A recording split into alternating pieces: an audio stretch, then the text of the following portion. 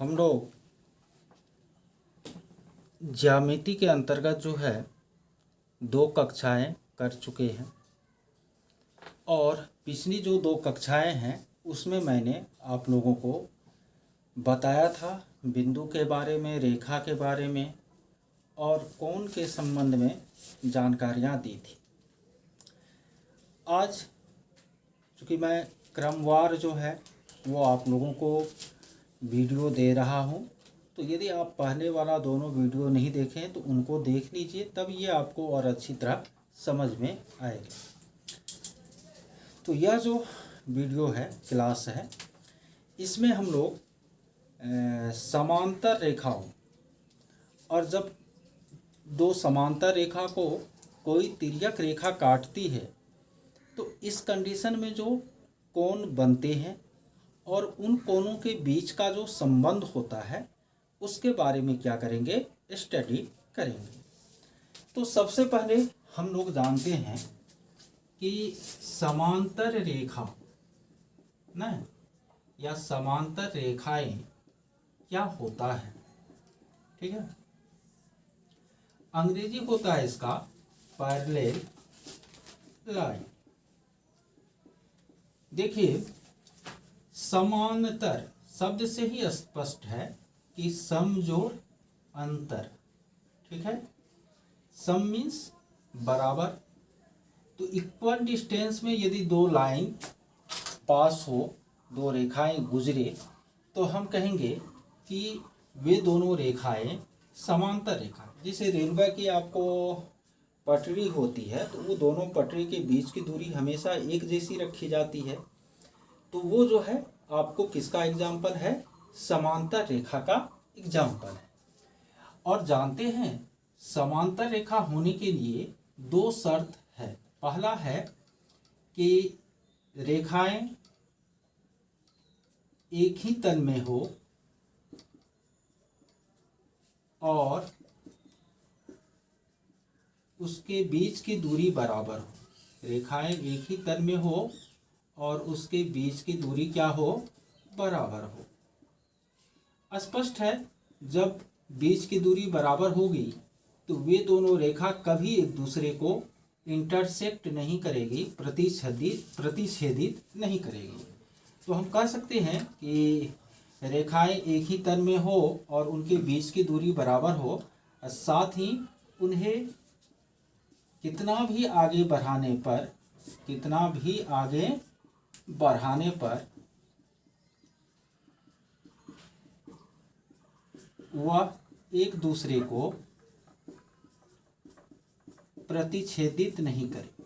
ठीक है, तो इस कंडीशन में हम कहेंगे कि वो क्या है, आपको समांतर रेखा है। जैसे कि एक रेखा ये है, एक दूसरी रेखा ये है। वैसे ये मैं अंदाजा से बनाया हूं, लेकिन आप देख पा रहे हैं कि इनके बीच की दूरी हमेशा क्या है, बराबर है। ठीक है, और ये दोनों रेखा आप कितना भी इसको आगे बढ़ाइएगा तो एक दूसरे को प्रतिच्छेदित यानी एक दूसरे को या कहीं पर नहीं काटेगी। तो ये दोनों रेखा समांतर रेखा है। यदि इस रेखा को हम एन से डिनोट करें, इसको एम से डिनोट करें, तो हम लिख सकते हैं कि एल पैरेलल एम। ये बराबर को उल्टा करके लिख दीजिएगा ना, तो इसको समांतर पढ़ा जाता है। ऐसे करके लिखिए तो ये समांतर हुआ। तो हम आप लिख सकते हैं कि एल और एम रेखाएं जो है वह एक दूसरे के समांतर है। यदि इसी एल एम के बदले में इसको हम ए बी और सी डी मान लें, तो हम लिख सकते हैं कि ए बी पैरेलल क्या है, सी डी। ठीक है, तो आप लोगों ने समांतर रेखा को अब समझ लिया। अब हम लोग जानते हैं कि जब 2 समांतर रेखाओं को एक तिर्यक रेखा क्या करती है, प्रतिच्छेदित करती है, तो इस स्थिति में कौन कौन से कोण बनते हैं और इनके बीच का रिलेशन क्या होता है। देखिए, मैं इस तरह से आप लोगों को बता रहा हूँ जिससे कि जो भी स्टूडेंट है, चाहे वह स्लो लर्नर हो या एवरेज हो या मेधावी हो तो सबका कंसेप्ट जो है वह क्लियर हो जाए। तो इसलिए मैं नहीं तो इसको और भी जल्दी मैं बता सकता था। मैं जानता हूँ कि आप देख रहे हैं तो उसमें कुछ ऐसे भी होंगे जिनको ये सारी चीज़ें आती होगी, लेकिन बहुत जो देख रहे हैं ध्यानपूर्वक निश्चित रूप से, तो उसमें कुछ ऐसे होंगे जिनको कि इन चीज़ों की समझ नहीं होगी। तो मैं सबको लेकर चल रहा हूँ। चलिए हम लोग विषय वस्तु पर अब आगे चलते हैं। तो हम लोग समांतर रेखाओं को जब तिर्यक रेखा कोई काटती है तो कौन कौन से कोण बनते हैं, उन कोणों के बीच क्या संबंध होते हैं, इसको क्या कर लेते हैं, जान लेते हैं। देखिए यह एक रेखा है, इसके समांतर यह एक दूसरी रेखा है। इन दोनों रेखाओं को एक तिर्यक रेखा है जो कि क्या करती है, इस बिंदु पर और इस बिंदु पर प्रतिच्छेदित करती है, काटती है, इंटरसेक्ट करती है। तो आप देख रहे हैं कि इसके बाद यहाँ पर कितना कोण बन रहा है, कितना कोण बन रहा है, 8। ठीक है, एक यह, एक यह, एक यह, एक यह, इसको आप एक मान लीजिए, इसको 2, इसको 3, इसको 4, इसको 5, इसको 6, 7 और 8 ना। तो इस तरह से आपने इसको मान लिया। इसमें देखिए ये दोनों समांतर रेखा के ऊपर एक ही तरफ जो कोण है 1 और 6, ये संगत कोण है। ठीक है, इसी तरह 4 और 7 क्या होंगे, संगत कोण होंगे। 2 और 5 क्या होंगे, संगत कोण होंगे। 3 और 8 क्या होंगे, संगत कोण होंगे। याद रखना है, समांतर रेखा को तिर्यक रेखा काटे, समांतर रेखा को, यहाँ यह ध्यान देना है, दोनों रेखा जब समांतर हो तब यदि कोई तिर्यक रेखा काटे तो संगत कोणों के जो युग्म हैं वे आपस में बराबर होते हैं। तो यहाँ पर आप लिख सकते हैं कि यहाँ संगत कोण का जो युग्म है, तो कौन कौन सा युग्म है संगत कोण का, तो अभी मैंने बताया 1 और 6, 4 और 7, 2 और 5, 3 और 8, ये आपस में बराबर होते हैं। कोण 1 बराबर कोण 4, कोण 1 बराबर कोण 6, कोण 4 बराबर कोण 7, कोण 2 बराबर कोण 5 और कोण 3 बराबर कोण 8। तो इस तरह से संगत कोणों के युग्म बराबर होते हैं। उसके बाद एकांतर कोण, एकांतर कोण, अंतर संगत कोण का होता है कोरोस्पोंडेंस एंगल, एकांतर कोण का होता है अल्टरनेट एंगल ना। तो एकांतर कोणों का युग्म भी बराबर होता है जब दो समांतर रेखा को कोई तिर्यक रेखा क्या करती है, काटती है। तो अब एकांतर कोण कौन है, तो एक छोड़ करके अगला कोण, जैसे कि आपको 3 और 6, 4 और 5 एकांतर कोण है।